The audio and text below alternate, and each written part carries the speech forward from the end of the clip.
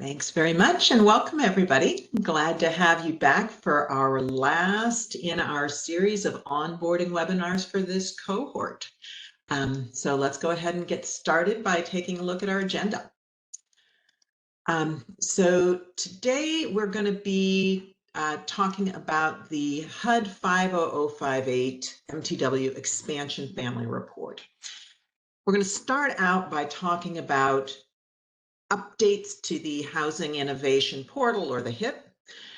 Then we're going to go over what the 50058 MTW expansion family report is and review what's different from the 5058 form that you're already so familiar with. We'll look in some detail at what's been added, what's been changed, or what's been removed so that you understand those differences. We will be having a lot of time for Q&A as we go through and have some opportunities for questions at the end of the webinar, but it's usually going to be easier to ask questions when we are in that section where we can actually look at the line item that you might have a question about. So definitely feel free to be using that chat function very freely as the questions come to you, and we'll try to stop regularly to make sure we get those answered. I did want to mention that today we are not going to be talking about the transition from IMS PIC to the new HIP system. We are expecting that the new system is going to be ready for MTW expansion agencies to migrate to soon, but we don't have details to share about that at today's webinar. We'll be doing a few quick knowledge checks throughout the session just to make sure that you're grasping key points. We're going to be using the chat function for that today and just asking you to type your answers in chat. So definitely be ready on the chat button and respond to everyone so that everybody can see your answers. I do also want to just mention that, as usual, you should have received a link to today's presentation via email when you got your joining information. Because of the level of detail in the slides that we're going to be seeing today, you may want to make sure that you have that presentation where you can take a look at it and kind of zoom in on the line items that you care most about. I'm going to ask that our team drop that link into the chat as well, so that if you don't have that handy, you'll be able to find it. The slides will show the information you need, but it may be a little small depending on the state of your eyes.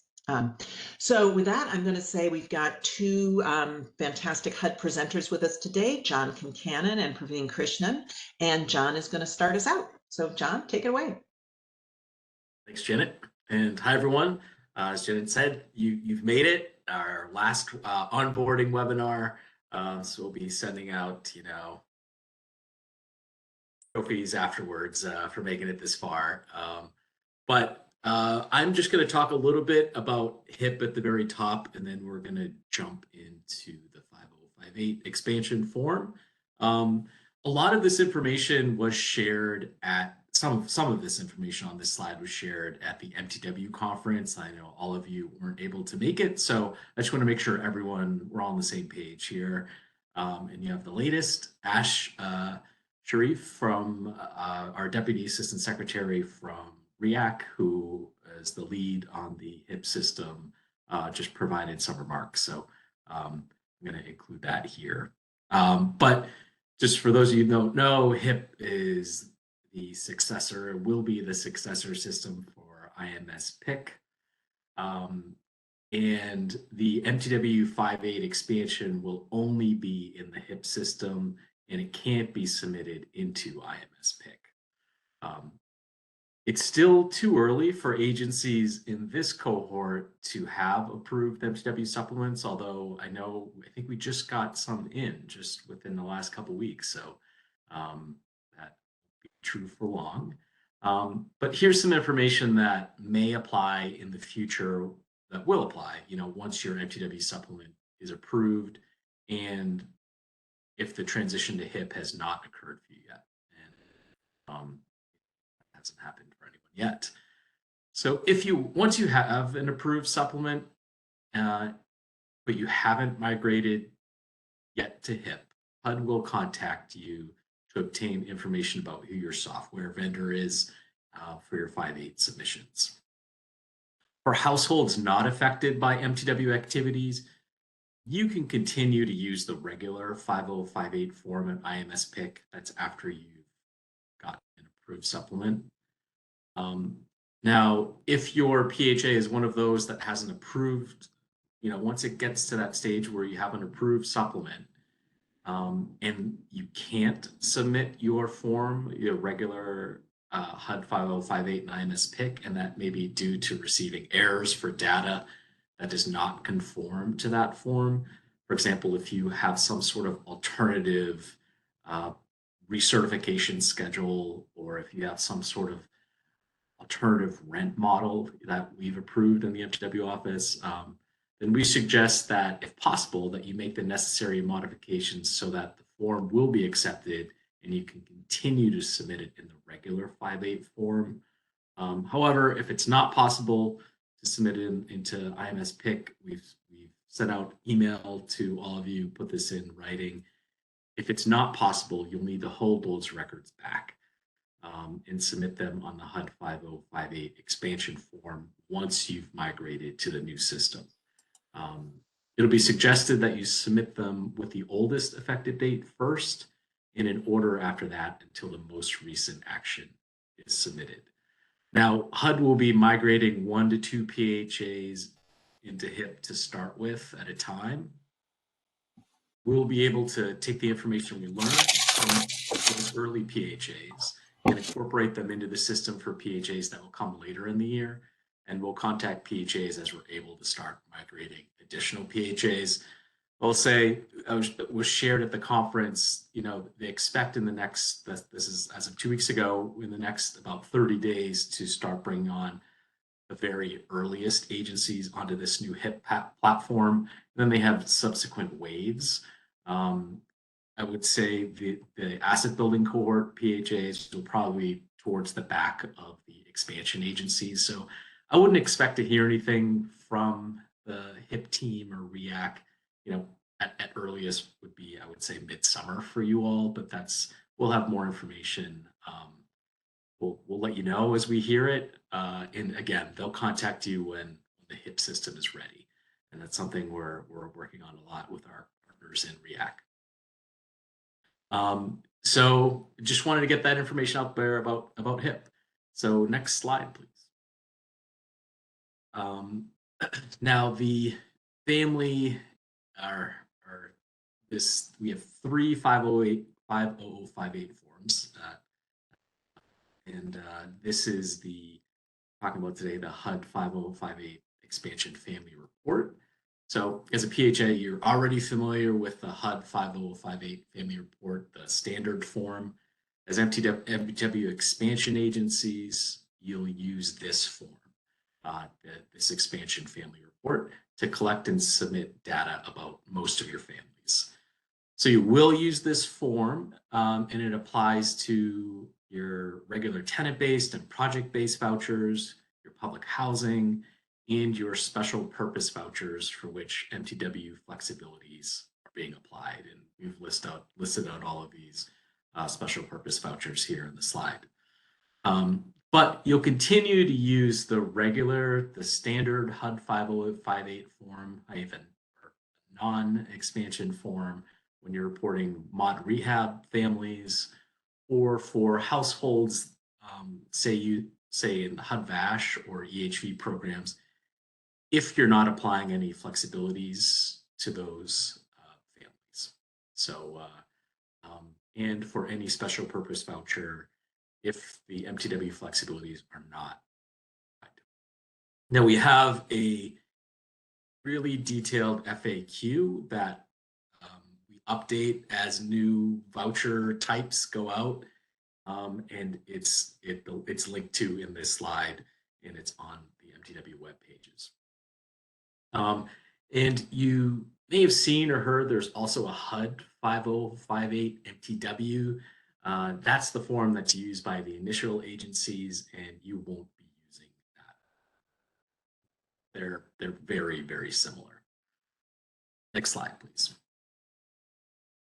Now this form differs in some ways from the standard 5058 family report form. The data fields have been added to reflect your MTW participation. It's removed obsolete information that is also being removed from the standard 5.8 as well. And data will be submitted with your agency's 5058 reporting software. So that's, Yardi or MRI or Emphasis, and, I know there are many others out there. The appearance may differ depending on your agency's software, whatever you use. But you will use the HUD-50058, what's different for MTW agencies resource in conjunction with your guidance your agency may have for reporting the software. There is just some guidance out there, and that is here, that resource. In addition to the slides and the recording from today's webinar, there's a PDF document that outlines the differences between the HUD-50058 form and the form you're using. And the link is here on this slide, and we'll walk through each of those differences on the next slide. As I noted earlier, throughout the webinar day, we're going to ask you a few questions, key points, keep you on your toes, because I know it's after lunch or right before lunch, folks on the West Coast. These aren't hard or trick questions. They're helping to make sure you get through all of these kind of key takeaways, because we're pushing out a lot of information here today. So if anyone wants, you can put this in the chat box. This is our first kind of quick question. For families in public housing or receiving vouchers that have MTW flexibilities being applied, which reporting form will you use? So let me just read that again. For families in public housing or voucher programs that have MTW flexibilities being applied to them, which reporting form will you use? We use the standard 5.8 form, HUD-50058 MTW, or the HUD-50058 MTW expansion form. Type your answers in the chat.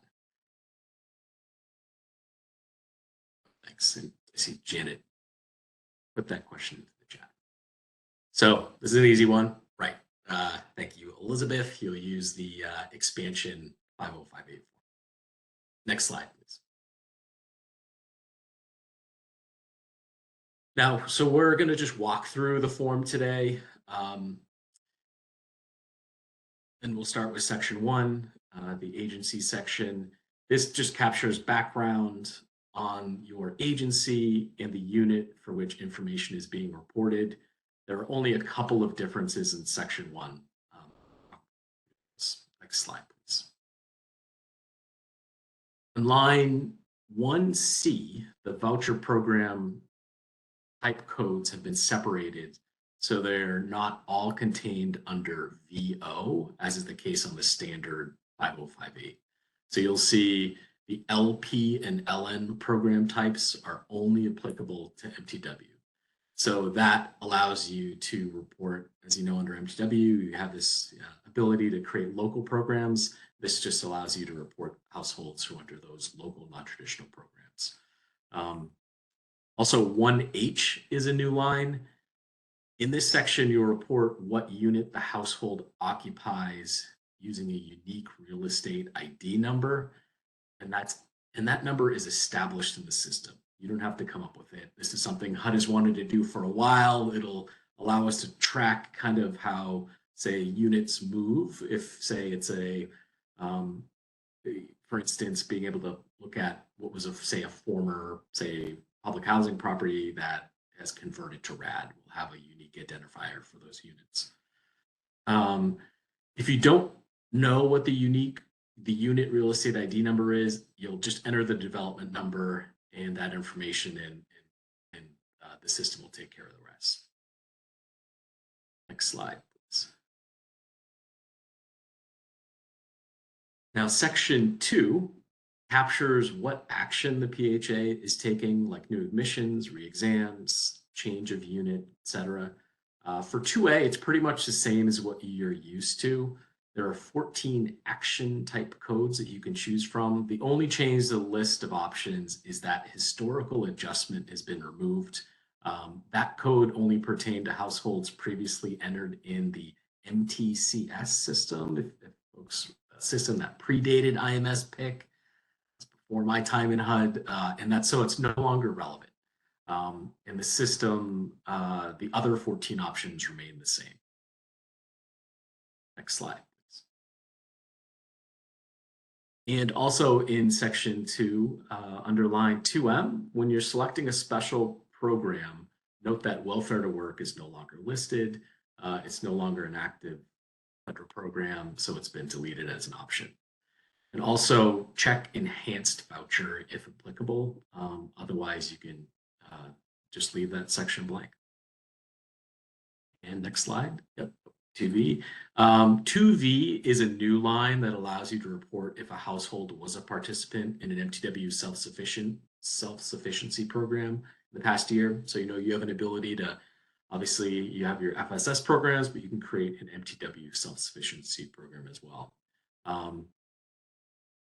So just adding this allows you to respond to yes if the family also is in an FSS program. You can note that as well. So you'll report FSS information regardless of whether MTW flexibilities have been applied or not. If you're receiving FSS funding in FSS households. For lines 2W and 2X, they're both places to provide explanations for codes you chose in line 2A, where you selected the type of action. So in line 2W, you'll need to give a reason if a participation has ended. And in line 2X, you'll give a reason if you are conducting an interim exam.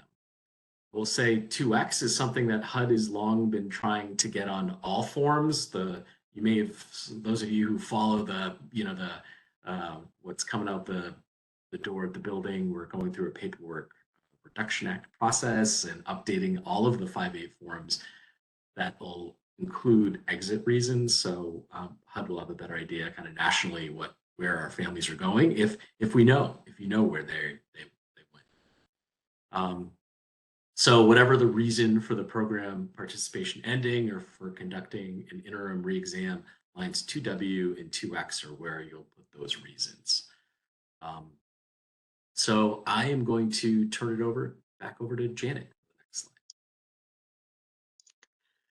Great, thank you very much, John. Great recap.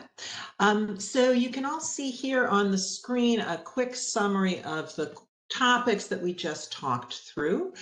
So if you have questions about any of those, definitely drop them in the chat. As a little reminder, the first item was thinking about new program types, specifically adding the local non-traditional property-based and tenant-based program types, capturing the unit rental ID number, participation in self-sufficiency programs, and reasons for ending participation and reasons for interim re-exam. So any questions on any of those? Give you a moment to think about those. I know some of these are pretty detailed, so may or may not be able to ask questions until you're actually in the system. While people are thinking about that, I've got a question for you in the chat, which is, think about what you just heard from John. Where will you be reporting your FSS information? Will you be reporting the FSS information regardless of whether the MTW flexibilities have been applied or not? So that's a true or false. You will be reporting them regardless of whether flexibilities have been applied. Is that true or is that false? Elizabeth is going with true. Anyone else? Hillary? Yep, looks like we're getting a bunch of trues. That's absolutely right. It is true. So great on that. Sounds like the main points coming through, John. Thank you very much. All right, seeing no other questions, I'm going to go ahead at this point and turn it over to Praveen to continue. Obviously, if you have questions that come to you on the section we just covered, we can always roll back to it. So Praveen. All right. Hello, everyone. I may have met some of you at the MTW conference, but I'm sure we will get to know each other quite well. As has been stated, this is pretty weedy information. Some will be very straightforward. Some will be, a little bit complicated. again, if you have questions now, great. If not, definitely send us an email. We will review it. If we have to talk to our React folks, who are the ones actually, developing the system, that may be of assistance. We will talk to them and get back to you. So first, just kind of continuing through the 5.8 sections, I'm covering now the household section, which I know you are definitely familiar with. This section is collecting household data. Just to note here, there are two new lines, hours worked, average number of hours worked per week, and the work requirement compliance. So when we say work requirements here, we're talking to MTW agencies that have they've implemented work requirements that you'll obviously propose in your MTW supplement. That's one of the available waivers. Other than that, these are pretty straightforward. There are no other differences in this section compared to the standard MTW 5.8. But let's look a little bit closer into what we mean with 3R and 3S. Next slide, please. Okay. So 3R is new. It asks for the average number of hours worked for pay each week. So that could be any kind of work, and you'll select codes for different ranges. You'll see it'll be 0 to 10, 11 to 20, 21 to 30, 31 to 40, and so on. If the household member did not work the same number of hours each week over the past year, and I know that can definitely happen, select the response that represents the household's average number of hours worked per week over the past year. You would leave 3R blank now if the household member is under 15 years old. So you only answer this question for every household member 15 or older, regardless of work status and regardless of any exemption from a work requirement. So if it's 0, you put 0. Next slide, please. Okay, work requirement compliance. What do we mean by that? That's for MTW PHAs that have, as I stated, implemented a waiver. It's specifically waiver 12. You'll see if you look in the operations notice, there's that whole section on all the available waivers. That's the work requirement section, activities 12A and 12B. If you don't have work requirements, which not all MTW PHAs will do, you just put not applicable for this. If you do have a work requirement policy, you have to choose a code here, these 3S work requirement compliance codes. And you'll see here there's in compliance, exempt, receiving hardship, not in compliance, in a probationary period, or not in compliance, subject to penalties, not applicable, no work requirement policy. So you should select the one that's most applicable to that household situation. Next slide, please. Okay, now we're on to section 4, background at admission. Should be familiar with that. It's pretty much identical to what you're used to seeing. The only difference is line 4F had to do with the HUD approved income targeting disregard. That was removed because that was only used for the welfare to work program, which is now defunct. It's an old program, so the only difference from what you're used to and what you see here is that was removed. So nothing is really needed from you there. Next slide, please. Okay, section 5, units to be occupied on effective date of action. So this is unit information, your address, mailing address, bedrooms and unit. You are obviously very familiar with this section. And just like section 4, not much has changed. Very little changes here. If you look at 5I, which is the date of last HQS inspection, in your regular standard 5.8, it would say annual inspection. I'm sure you're used to seeing that. That has been removed because, as you know, it doesn't have to be annual. It can be biannual. You can change the intervals for your inspection. So we thought it would be, incorrect to specifically put annual there because you have that flexibility. Next slide, please. I'll toss it over now to Janet just to do a quick recap before we move on and field any questions. Great. Thank you, Praveen. And it looks like Mitzi actually has a question, so let's start with that directly. She's asking when housing authorities must start using the MTW 50058. Do you want to recap on that? Yeah, John, I think you might have covered that right in one of the previous slides because it depends, and maybe it's worth going back to that slide. Which slide number is that? They're kind of a few different scenarios, depending on if you're using flexibilities or not. I think it's slide 6. I would just say, Mitzi, the simple answer is once HUD contacts you and HIP is up and running, then you can start using that form. So for your agency, it's going to be at least a few months before HUD reaches out to say, hey, it's ready to go. But you'll be able to start using it once HIP is live, and so stay tuned there. But we're meeting regularly with React just to track this process because it's really time sensitive for some of the earlier cohorts because there's evaluation tied to it. So anyway, we're pressing hard, but HUD will reach out to you all once the form's ready to go. And as Praveen said, there are some kind of variations, but the bottom line is we don't want kind of this delay on the HUD end around HIP to impede you starting your MTW programs and implementing these waivers.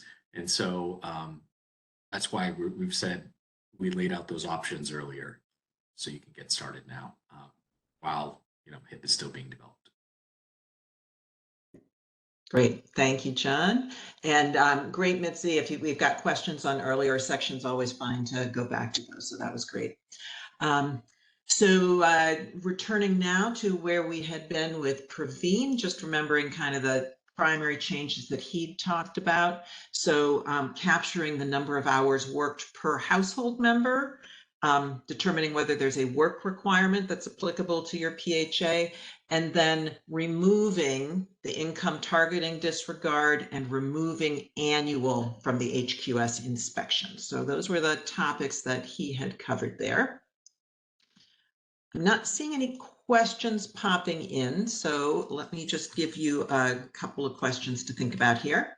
Let's start with this. Is it true or false? The Welfare to Work program is no longer an active program. Is that true or false? Getting some fast trues. Absolutely right, folks. Very good. Little trickier one. Let's think about work for pay. What does work for pay include? Is it only full-time work? Is it only work authorized under MTW, or is it any kind of work? Gotten any? Yep. All right, hitting that one exactly right too. Fantastic. And let me give you one more. Think about earned income from minors. Earned income from minors is only collected for individuals of what age? 14 and older, 15 and older, 16 and older, or 18 and older? And you nailed that one too. 15 and older it is. I think we're batting 1,000 here, folks. This is great. So, all right. John, I'm going to turn it over to you for the next segment. And again, if you have questions on any of this, feel free to pop them in the chat and we'll come back to it. Thank you, Janet. Keep moving along through these sections. We've hit the jackpot here with section 6, which is assets. There are no changes. All of the asset reporting information will be identical to what you're used to in the standard 5.8. Slide. So in section 7, this is which collects income information. Line 7H is the only line that's different. It is labeled reserved in the standard form. It's no longer reserved. Instead, it's going to be the place where you indicate the time frame being used when calculating the household's income. Traditionally, PHAs calculate income based on the amount of household the household anticipates receiving during the following 12 months. If that's the case, you'll select current year anticipated income. But under MTW, some alternative rent policies focused on income that the family received in the prior year. So if you're implementing such an alternative rent policy to this household, you would select prior year. And so and that's kind of your choice. Next slide, please. Now there are two differences in section 8. First is pretty simple. Section 8 label is changed from expected income per year to deductions and allowances. That's just to more accurately reflect the information that's being collected. It doesn't signify a change in the information that's actually being collected. Slide. And the second difference in section 8 is a new line, 8U. Line 8U is added to allow agencies using MTW waivers to report the total amount of deductions and allowances not included in one of the other lines in this section. This line can be used for households with a program type of local non-traditional property-based or local non-traditional tenant-based. One thing to note is that if due to an MTW waiver, you need to report an amount other than what would be considered the default amount for that line, for example, something other than $480 for the allowance per dependent, you can do so, and the online system has been configured to take it, but provide a warning error just as a reminder of what it would typically be. Next slide, please. Now, we've hit the jackpot again. There are no changes in section 9. I'm going to pass it back to Janet for some more. Great. I like the jackpots, all the sections with no changes, because that means you already know what you're doing in those sections. So just quick recap of the changes on line 7H, the chance to capture the time frame that you're using for your income calculation. Section 8, the label change, no substantive change, but the label change on that page. And then section 8U, being able to put deductions and allowances that don't get captured elsewhere. Questions on any of that? And John, it looks like we've got one from Kathy. In section 8U, where would we include information on the opt-out savings account? That is, I don't have the full form. We just have the back here. Just have the differences I'm seeing. I'll have to I'm gonna have to get back to you on that one. I'm not sure off the top of my head, and I don't think we have our friends here because we want to be consistent. So I think I'm gonna have to get back to Katie, and we can send that out to the opt-out savings account kind of group as well. Great. Thanks. That'll be important for a lot of the folks on this call, obviously. So that's a good one. Thank you, Kathy. All right. I have another true false while people are thinking about whether they have any questions. True or false, under MTW, some alternative rent policies may focus on income the family received in the prior year. Is that true or false?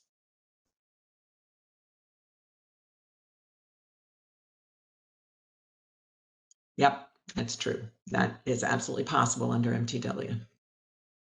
Looks like we're hitting the jackpot there again. So great. All right, seeing no other questions for the moment, I will turn it over to Praveen. All right, just chugging along here. We're on section 10, public housing.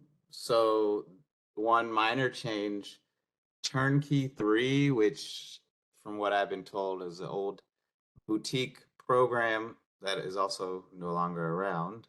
That has been removed from the label. So now it just says public housing, but the standard 5.8 says turnkey with it. Next slide, please. Okay, so line 10C and 10D. 10C, the income-based ceiling rent was removed. So you're going to use line 10B, the flat rent, to report the applicable maximum rental amount. And line 10D's description was changed to reference flat rent instead of ceiling rent. Next slide, please. Okay, so here I'll get into a little bit of detail. These are the different types of rent that you can choose, and obviously for MTW you have some various options here. So there are actually 7 options, including stepped and tiered rent, which are available waivers, as well as an option to choose other MTW alternative rent, because you might decide at some point to do something that doesn't fit into these specific sections. So lines 10V and W provide places to provide explanations for the type of rent you choose in 10U. So you'll see here for type of rent, you have income-based, over-income rent, alternative gross income, flat rent, MTW step rent, MTW alternative adjusted income, and MTW tiered rent, and other MTW alternative rent. So in 10V and 10W, the following lines here, you can explain the type of rent, provide explanations for the type of rent you chose in 10U. 10V is only applicable if you selected over income rent. Okay. Now, if you did select over income rent, it gets a little, it's a little sounds confusing here, but hopefully it's fairly straightforward. You would report the date an over income family exceeded the 2-year grace period. So for those that don't know, you can find details about the usual grace period in HOTMA and explained in the PAH notice you see there, 2019 -11. However, if you're undertaking an activity under the public housing as an incentive for economic progress waiver, the period during which a household can be over income while you're still in a public housing unit, it can go beyond 2 years. So in this case, enter the date the household exceeded the over income grace period as dictated by your agency's policies. So even if that grace period is not 2 years. I know that was a lot there. So you might need to take that back and think about it and let us know if you have questions. Line 10W, it was line 10W, this alternate tenant rent.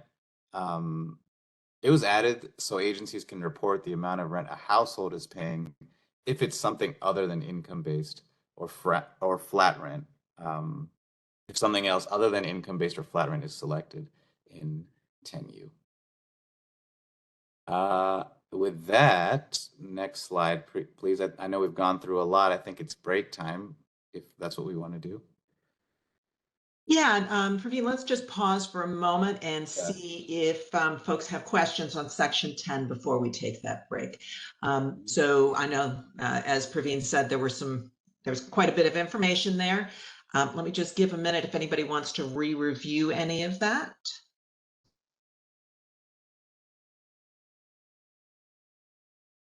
Okay, not seeing anything.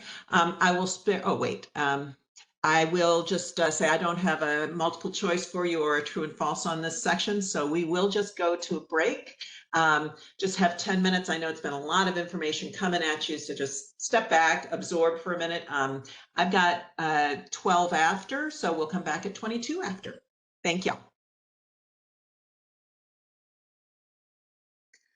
All right, everybody, welcome back from break. Hope you had a little chance to refresh your minds and be ready for the last part of this 50058 discussion.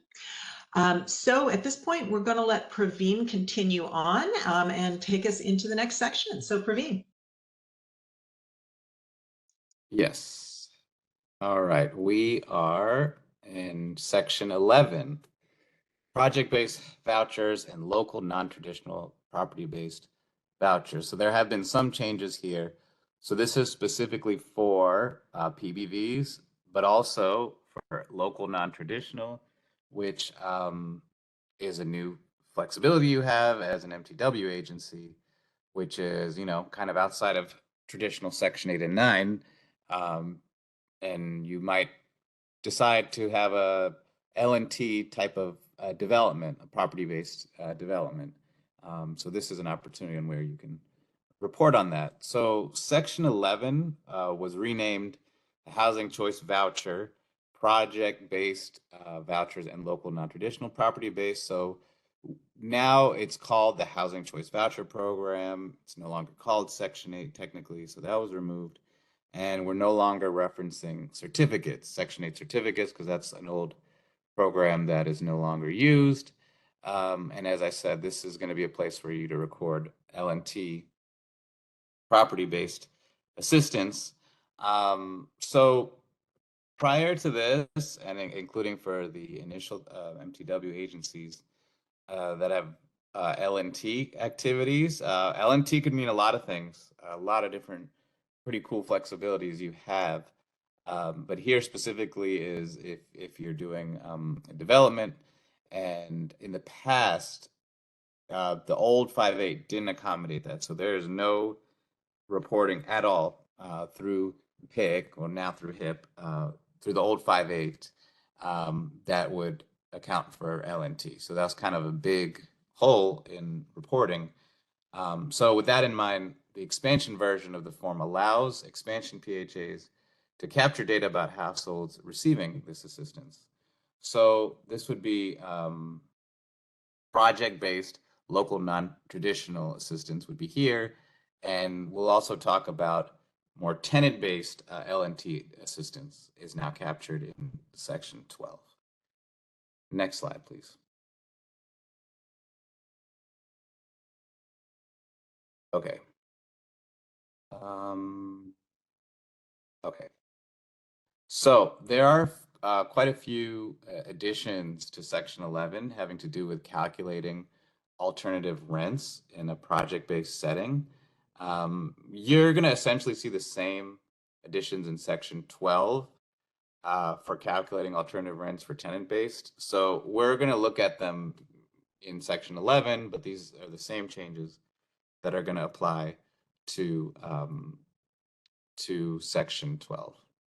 So 11U, it lets the agencies select one of 5 MTW alternate rent types. So you use this line if there is an alternative rent type. Also use it if the household is participating in an L&T property-based program.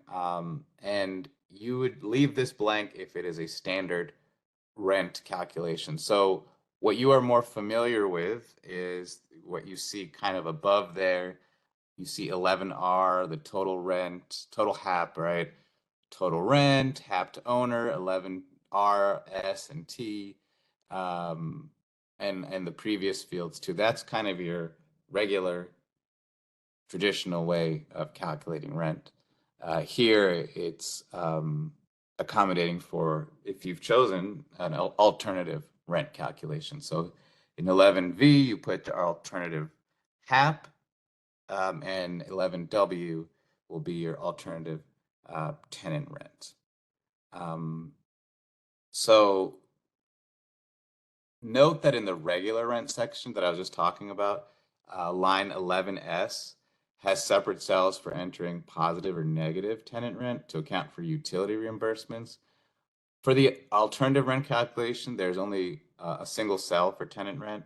That's 11W. So for alternative rent, you will enter just enter a negative number if there's a credit to the tenant. Next slide, please. So still with section 11, when we go down to AP, this is, again, kind of what I just went over, but the prorated HAP, as you see there, the traditional way, 11AP, 11AK, that's right if you have a mixed family in terms of eligible household members. So here are the same fields I just went over, but for the prorated side. So I'm not going to go through it all again, but it's the same process, but this is just if you are prorating the calculation. If some of the household members are deemed ineligible, so your HAP amount will be impacted by that. Next slide, please. Okay. Section 12, these changes, so Section 12 is the classic housing choice voucher, tenant-based one, the one that's probably the most often used field, section of the 5.8. So in this case, so the changes here, they parallel what I just went through for the project-based side. The only difference is here we have local non-traditional tenant-based. So this is where you'll capture rent for your households receiving tenant-based local non-traditional assistance. Otherwise, all the other changes I just went through in 11 for PBV apply here for tenant-based. Next slide, please. So again, I don't want to bore you with going through everything again, but it's the same thing.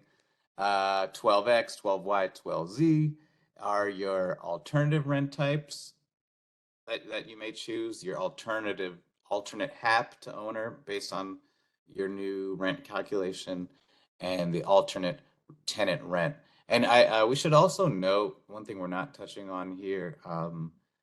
These, like, every agency could have their own kind of calculation with how the rent and HAP is calculated. So these are fields in HIP. I keep saying PIC, but HIP fields that the errors are relaxed. If you recall, the traditional way here of calculating rent, right? It's like a strict formula, and if your system messes up something, it's going to come back as a fatal error.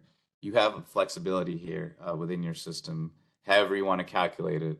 Obviously approved through the supplement, and then it's not going to get kicked back for a fatal error because we have, there are 100 ways you could determine how you want to do your rent calculation. That's it with section 12 here. One last thing at the bottom, AP and AQ. So this is additional. These are for additional payments. It could be additional financial support for the family. For a tenant-based voucher family, you could be providing them, various ways of giving them additional financial support. And 12AQ is for landlord incentives to the property owner. So for those of you using landlord incentives, this is where you will capture that. Next slide, please. So a little bit more on these two additional fields. Some PHAs, some MTW PHAs may provide financial incentives in addition to HAP to a property owner. It could be a signing bonus for a new landlord. Could be a vacancy payment. These will be one-time payments made when a tenant first leases a unit. So use 12AP to enter the amount in dollars for any of these kind of payments. Use 12AP to enter amounts for any payments to the household at the time of admission to the program. Okay, 12AP is for the household. 12AQ, the following one, is any payments for the property owner, for the landlord.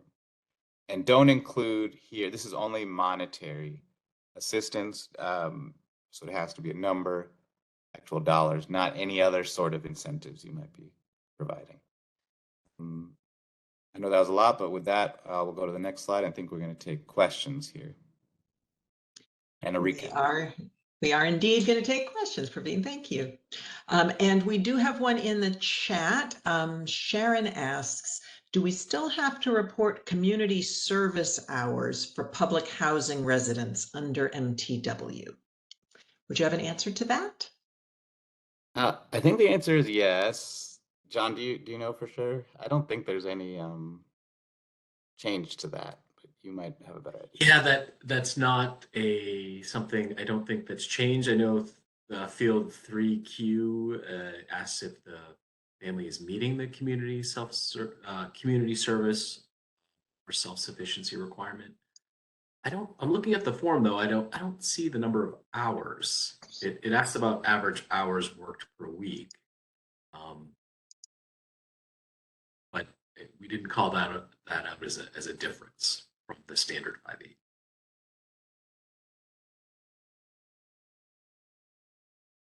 Okay, so that might be one where we just want to triple check and make sure that there's no change there, and get back to people if there is any change that we're not aware of. But it sounds like there's not any change as far as we know at this time. So great, thank you. All right, so thinking about those project-based vouchers, local non-traditional, property-based programs, tenant-based vouchers, any other questions on those sections? While you're thinking, I'll see if I can give you a little multiple choice, just to see how we're tracking here. Which of the following is not an MTW alternative rent type found in the MTW operations notice, which is not an alternative rent type? Alternative gross income, stepped rent, alternative adjusted income, or MTW reduced rent?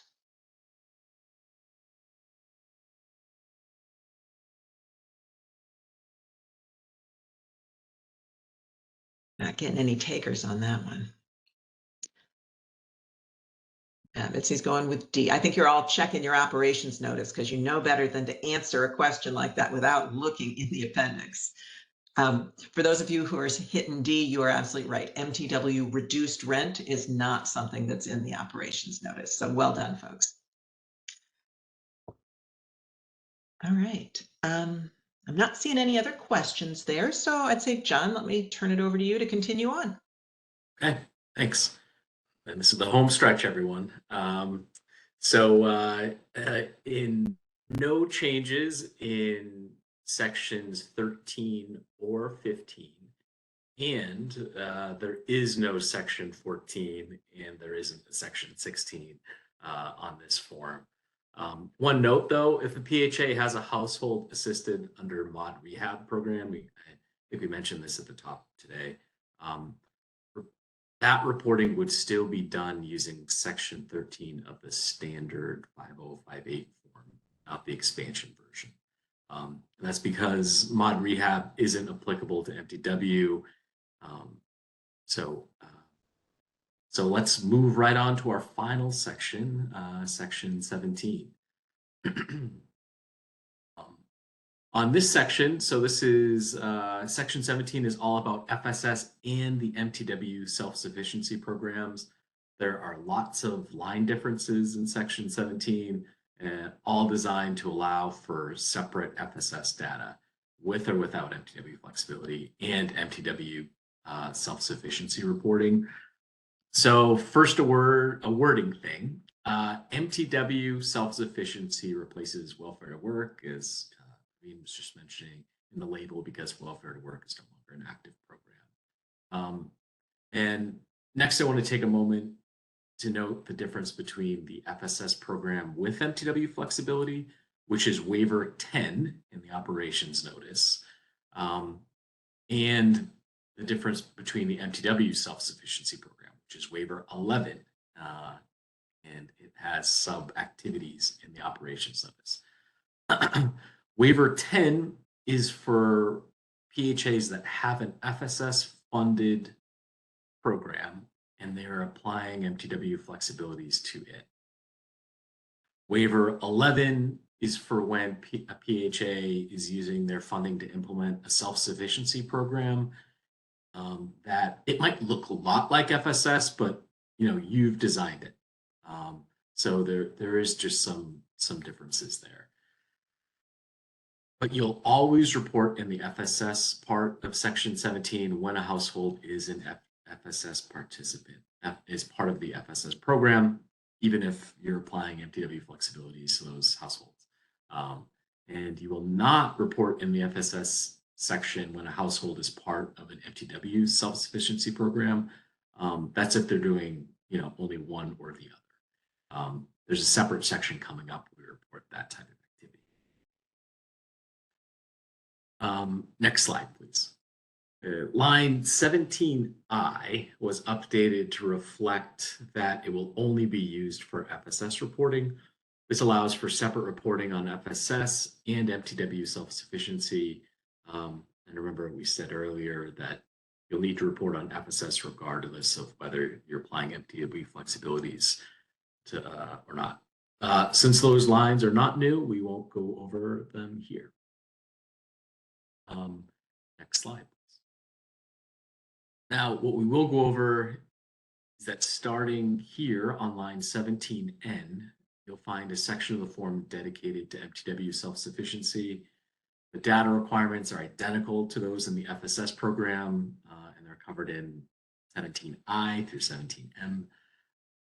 You'll capture contract information, escrow account information, if your MTW design program has an escrow component to it, and exit information if those are included as part of your program. Now, as you'll see on the very last line on the screen, family services are captured in a chart under 17R. Next slide, please. I'll show you that chart. I think you've all probably seen this on the kind of the standard form too. And so it's identical to what you'll find for FSS, but it's separated out for MTW self-sufficiency. Now we have the option in the system. A family can be in sort of an FSS program and an MTW self-sufficiency program. I would say we don't see that very often, but we definitely know it's a possibility. And so that's why we've kind of structured the form like this. For FSS, you'll come to the family services table first in the system, followed by the questions about the contract, information, escrow, and exit. And for MTW self-sufficiency, they're reserved questions first, reversed, than the table. But that may look different depending on your, Yardi or Emphasis or whatever software program you're using. There's no difference in the content. The order might be just switched. And so with that, I'm gonna turn it back to Janet. Great, thank you, John. All right, so some changes there in making sure that the MTW self-sufficiency program can be appropriately recorded alongside the FSS program. John, it looks like we've got a question here from Melissa. She wants to confirm MTW self-sufficiency is only checked if MTW waivers are selected. Is that correct? Right. So I would look at that waiver 11 in the operations notice, which has sub-activities. If you are implementing any of those MTW self-sufficiency activities under waiver 11, then that's when you'll check this in the system for those households who are in that MTW self-sufficiency program. Great, thank you, John. Anyone else have questions on the self-sufficiency material? And actually, we are at the end of our content, so I just want to open it up for questions on anything we've talked about or anything we have not talked about on the MTW expansion 50058 that you'd like to know about.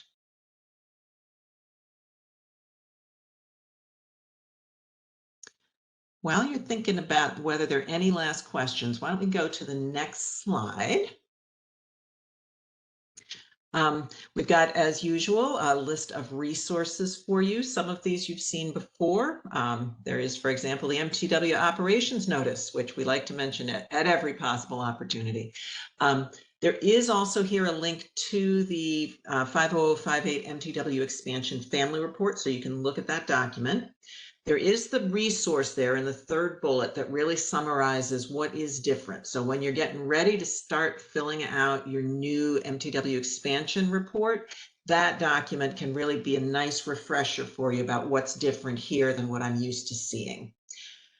Always remember that fourth bullet, those special purpose voucher FAQs, they're worth their weight in gold. You know, those things can trip you up every time, and it's an excellent resource. So make sure you go to that whenever you've got a special purpose voucher question. And then there is some information about HIP here.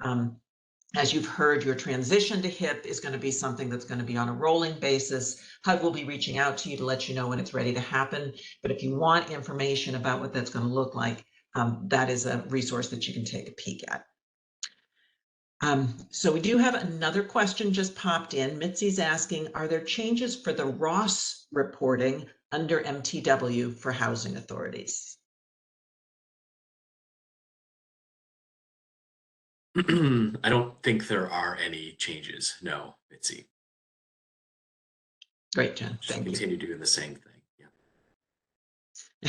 Second from Elizabeth that was a good question. So I think, you know, if there are any differences there, we can definitely make sure to report that out to people, but I think we can assume there are no differences unless you hear otherwise. Anything else?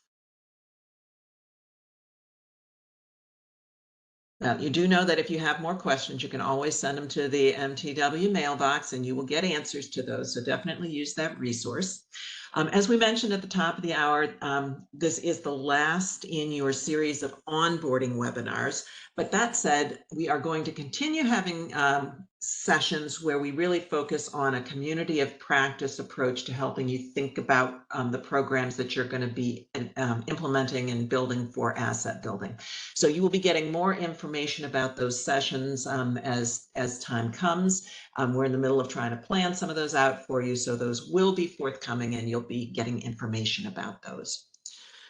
So before we close out, I would just say thank you to all of our HUD presenters who over these many weeks have provided you with all kinds of great information, and really to all of you for participating. You've been a great group, lots of wonderful questions, and I've really appreciated all that you've contributed to these discussions. So thank you all very much. And we will reconvene for a community of practice down the road. Thanks, everybody. Thanks, everyone. Thank you, guys. Thank you.